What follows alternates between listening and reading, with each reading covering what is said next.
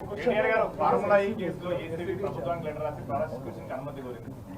ఇప్పుడేకో 10 సార్లు చెప్పినా మళ్ళీ చెప్తున్నా, అదో లొట్ట పీస్ కేసు మళ్ళీ చెప్తున్నా. నేను ఇగో ఇక్కడనే నిల్చుంటా, కావాలంటే రేవంత్ రెడ్డి వస్తాడా, ఏసీబీ డీజీ గారు వస్తారా, ఇట్లే లైవ్ కెమెరాలు ఇట్లే పెట్టుండ్రి, లై డిటెక్టర్ టెస్ట్ పెట్టుండ్రి, నేను ఇక్కడనే ఉంటా కదలా. లై డిటెక్టర్ టెస్ట్ పెట్టుండ్రి, దూద్ కా దూద్ పానీ కా పానీ. అరే నేను చెప్తూనే ఉన్నా, హైదరాబాద్ ప్రతిష్ట పెంచేదానికి, తెలంగాణ ప్రతిష్ట పెంచేదానికి ఎస్ బరాబర్ ఆ రేస్ ఇక్కడ కొనసాగాలి. మొదటి సంవత్సరం బ్రహ్మాండంగా జరిగింది, ఇంకా 3 ఏళ్ళు ఇక్కడనే ఉండాలి. హైదరాబాద్లో మొబిలిటీ వ్యాలీ రావాలి, హైదరాబాద్లో పరిశ్రమలు రావాలి, మా పిల్లలకు ఉద్యోగాలు రావాలి. ఒక sunrise sector, sustainable mobility అనేది, ఈవీస్ అనేది, ఎలక్ట్రిక్ వెహికల్స్ అనేది ఒక ఎదుగుతున్న రంగం. ఆ రంగంలో ప్రోత్సాహకాలు ఇచ్చి పరిశ్రమ ఇక్కడ వేళ్ళూనుకోవాలంటే ఈ రేస్ను ఒక ఆకర్షణగా పెట్టి దాని చుట్టూ పరిశ్రమను విస్తరించేలాగా చేయాలనేది ఒక ఆలోచనతో మేము ప్రయత్నం చేసినాము.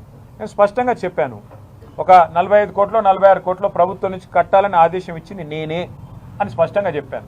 ఆ 46 కోట్లు ప్రభుత్వం నుంచి ఇక్కడ నుంచి పోయినాయి, బ్యాంకు ద్వారానే పోయినాయి, అవతల వాళ్ళ దగ్గర ఉన్నాయి. రూపాయి ఎక్కడా తారుమారు కాలేదు.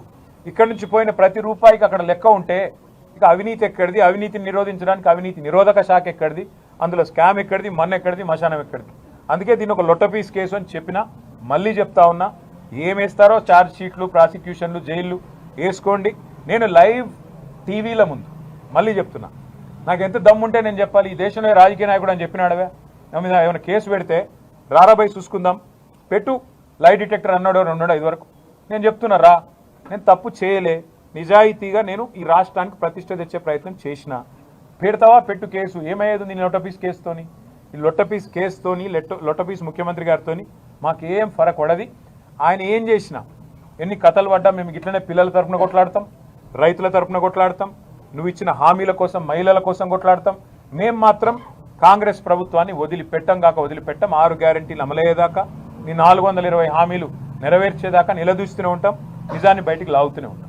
Thank you. 44 కోట్ల రూపాయలు పార్టీకి చందాగా వచ్చినాయనేది ఏసీబీ నిర్ధారించినట్టు చెప్తున్నారు అని మీడియా ద్వారా లీకులు తప్ప ఒక్కడన్నా ముందుకొచ్చి మాట్లాడి ఉన్నాడు?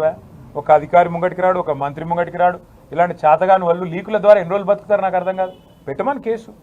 ఇప్పటికి నన్ను 3 సార్లు పిలిచిండ్రు, 8 గంటలు పెట్టిండ్రు.